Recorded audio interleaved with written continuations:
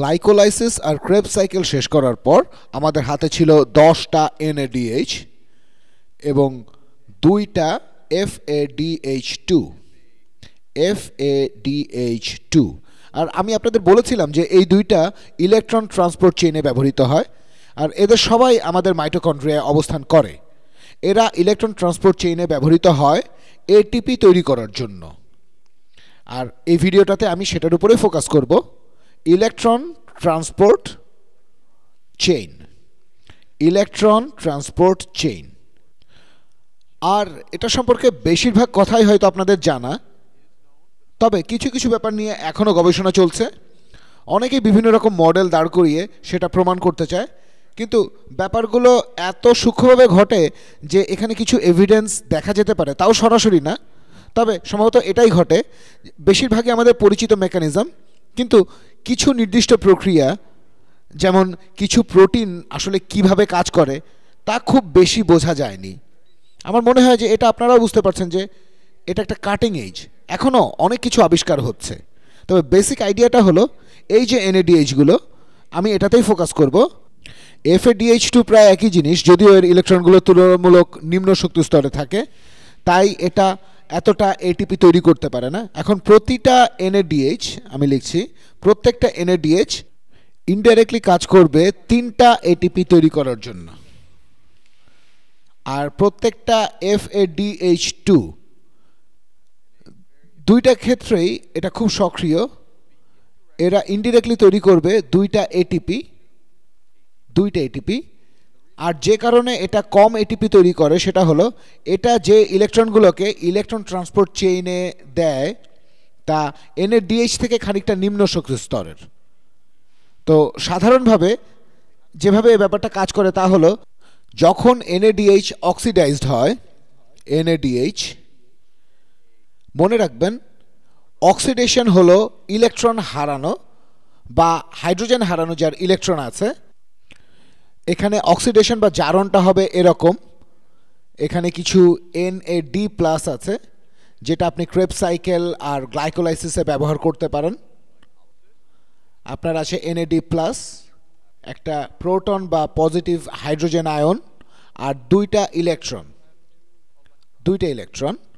এটা হলো NADH এর অক্সিডেশন বা NADH এর জারণ। এটা হলো 2টা ইলেকট্রন হারানো। অক্সিডেশন হলো ইলেকট্রন হারানো, oil rig. Oxidation is losing, reduction is gaining. আপনি ভাবতে পারেন হাইড্রোজেন হারানো যার সাথে একটা ইলেকট্রন আছে। এখন এটাই হলো ইলেকট্রন ট্রান্সপোর্ট চেইনের প্রথম ধাপ।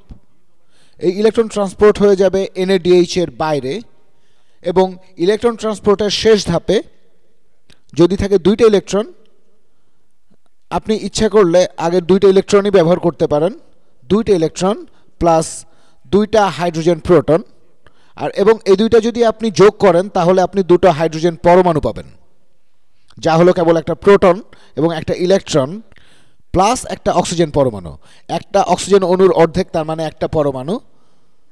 এখানে একটা অক্সিজেন আর 2টা হাইড্রোজেন পরমাণু মিলে আমরা পাচ্ছি পানি, H2O।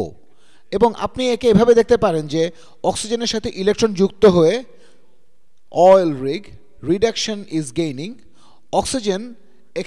অক্সিজেনের এখানে রিডাকশন হচ্ছে, পানি তৈরি হচ্ছে।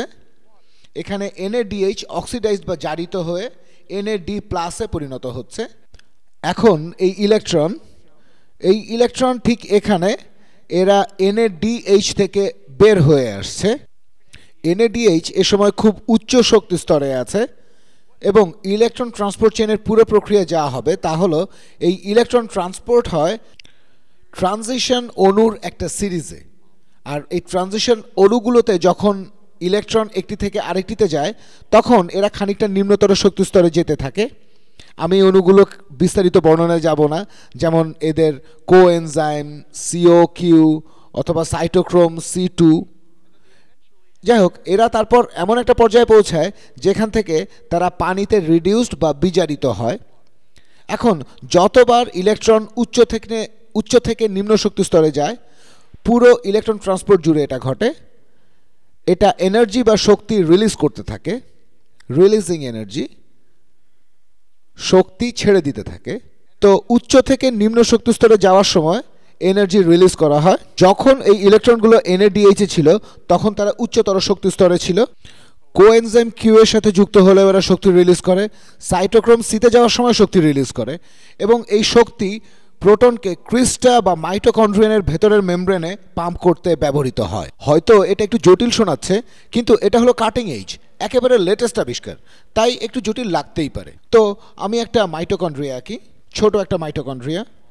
আপনারাও জানেন যে কোথায় কাজটা হচ্ছে। এটা হলো বাইরের পর্দা, আর এটা হলো ভেতরের পর্দা বা ক্রিস্টা। এটাকে দেখতে অনেকটা এইরকম, হয়তো ঠিক এইরকম দেখায়। আমি মেমব্রেনটা জুম ইন করে দেখাচ্ছি। ধরুন মেমব্রেনের এই জায়গাটা একটু জুম ইন করছি। যদি বড় করি তবে এই বক্সটা এরকম দেখাবে। এখানে আছে ক্রিস্টা, এখানে আমি এটাকে মোটা করে আঁকবো। আমি বড় করে আঁকছি, তাই এই সবুজ লাইনটা আমি মোটা করতে চাই, এটাকে সবুজ রং দিই, ঠিক এইরকম। এরপর আছে বাইরের মেমব্রেন, এই মেমব্রেনটা আমি এখানে আঁকবো। আমি কালার করছি এখানে। বাইরের মেমব্রেনের বাইরের দিকটা দেখছেন এখানে।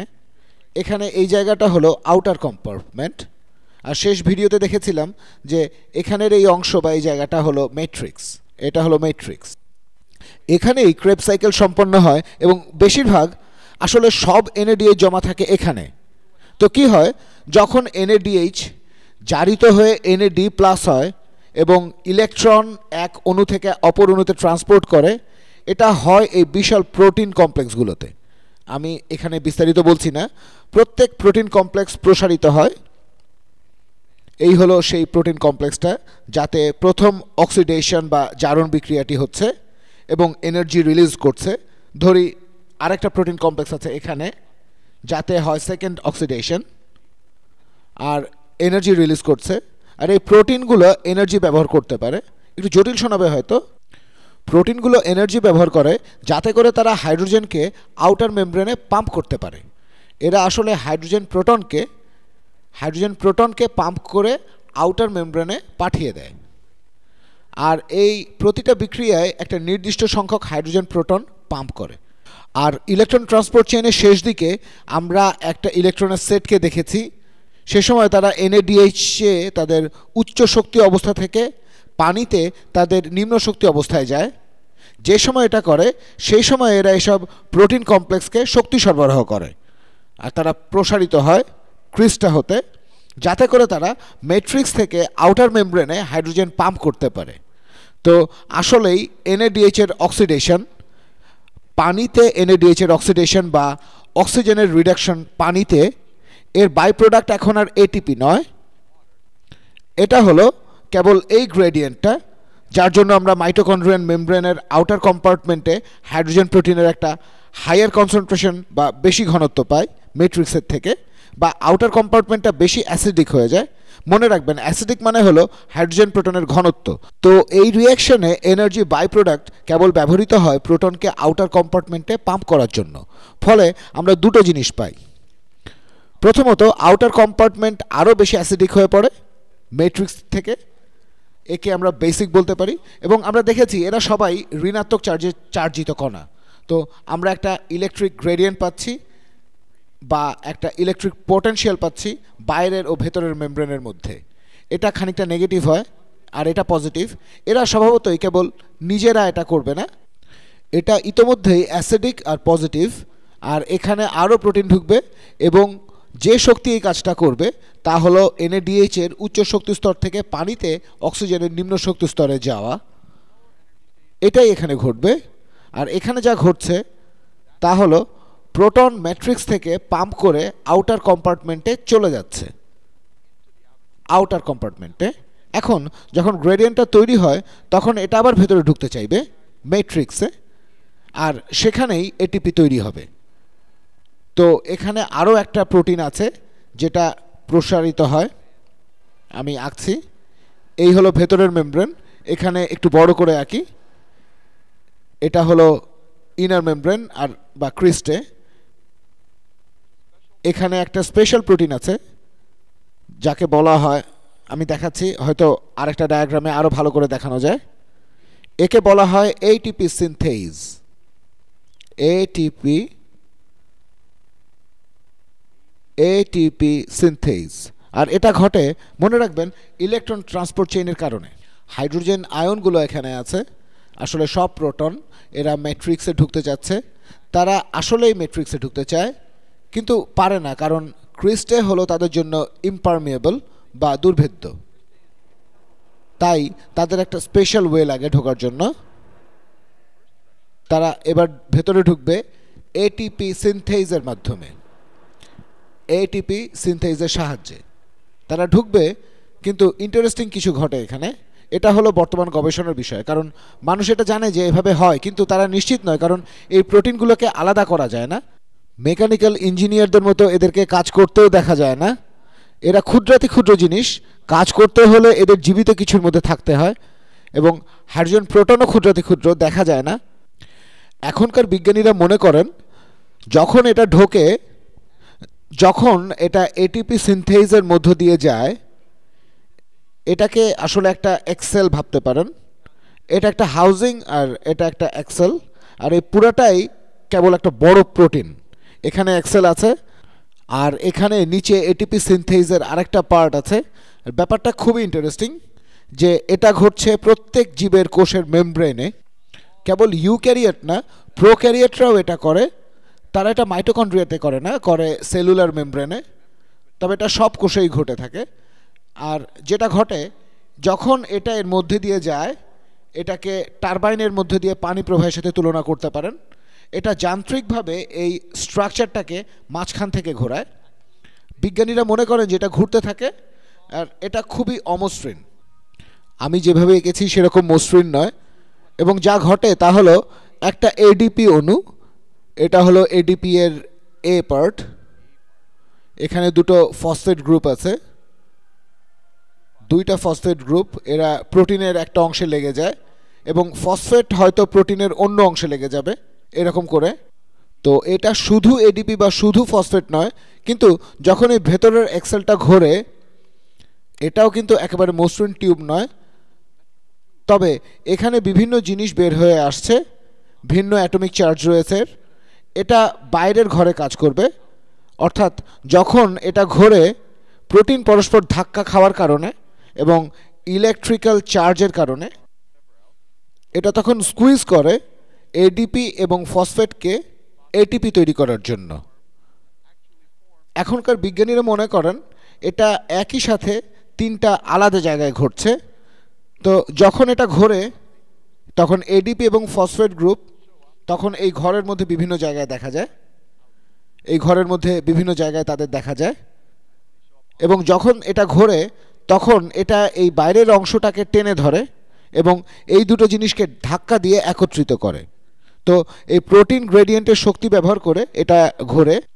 বাইরের অংশের এলোমেলো অবস্থার জন্য এরা এই দুটোকে একত্র করে এবং এটিপি তৈরি করে। তো যদি আপনি 10টা NADH দিয়ে শুরু করেন, তবে এটা যথেষ্ট শক্তি যোগাবে যাতে যথেষ্ট পরিমাণ প্রোটিন আউটার মেমব্রেনে যেতে পারে। এরপর এরা এটিপি সিনথেজের মধ্য দিয়ে ফেরত যাবে। এটাকে এটিপি সিনথেজ মোটরও বলতে পারেন।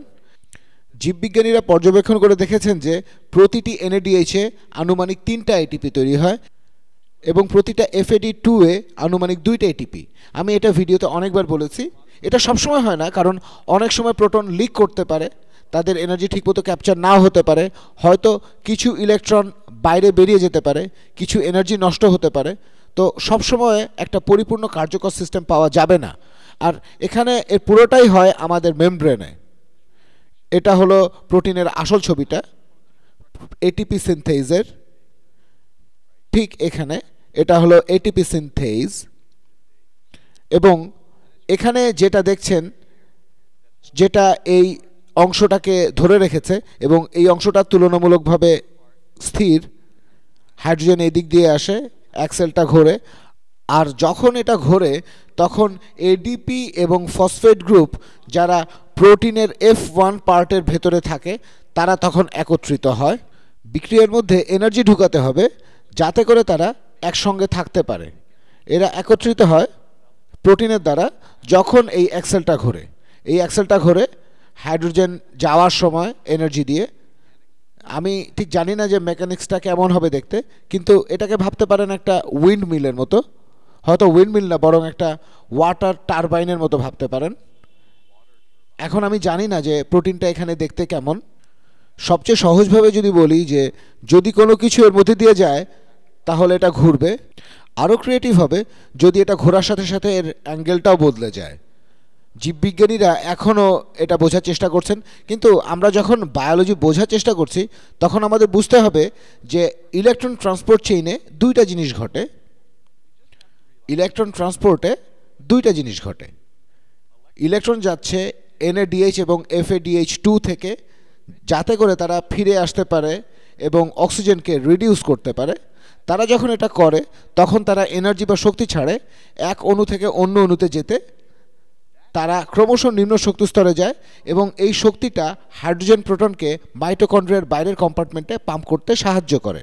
এবং তারপর সেই গ্রেডিয়েন্ট যেখানে হাইড্রোজেন প্রোটন সেই মাইটোকন্ড্রিয়ার ম্যাট্রিক্সে যেতে চায়, এবং যখন তারা ভেতরে যায় তখন তারা এটিপি সিনথেজ ইঞ্জিনকে ঘোরায়, যেটা এটিপি উৎপাদন করে। আগে যেমনটা বলেছিলাম, যখন এরকম 10টা এগুলো থাকে, এভাবে বলি যে গড়ে প্রতিটা NADH 3টা এটিপি বানায়। সরাসরি না, এটা হাইড্রোজেন প্রোটনের গ্রেডিয়েন্টটা বানায় যা এটিপি তৈরি করে। এটা করে এটিপি সিনথেজে, এবং প্রতিটা FADH2 গড়ে যথেষ্ট পরিমাণে হাইড্রোজেন গ্রেডিয়েন্ট তৈরি করে 2টা এটিপি বানানোর জন্য। তো যদি আমরা 10টা NADH নিয়ে শুরু করি তবে আমরা তৈরি করব 30টা এটিপি, আর 2টা FADH এরা তৈরি করবে 4টা এটিপি। যদি মনে রাখেন গ্লাইকোলাইসিসে দেখেছিলাম সেখানে 2টা এটিপি সরাসরি তৈরি হবে এবং ক্রেবস সাইকেল থেকে আরও 2টা এটিপি সরাসরি তৈরি হবে।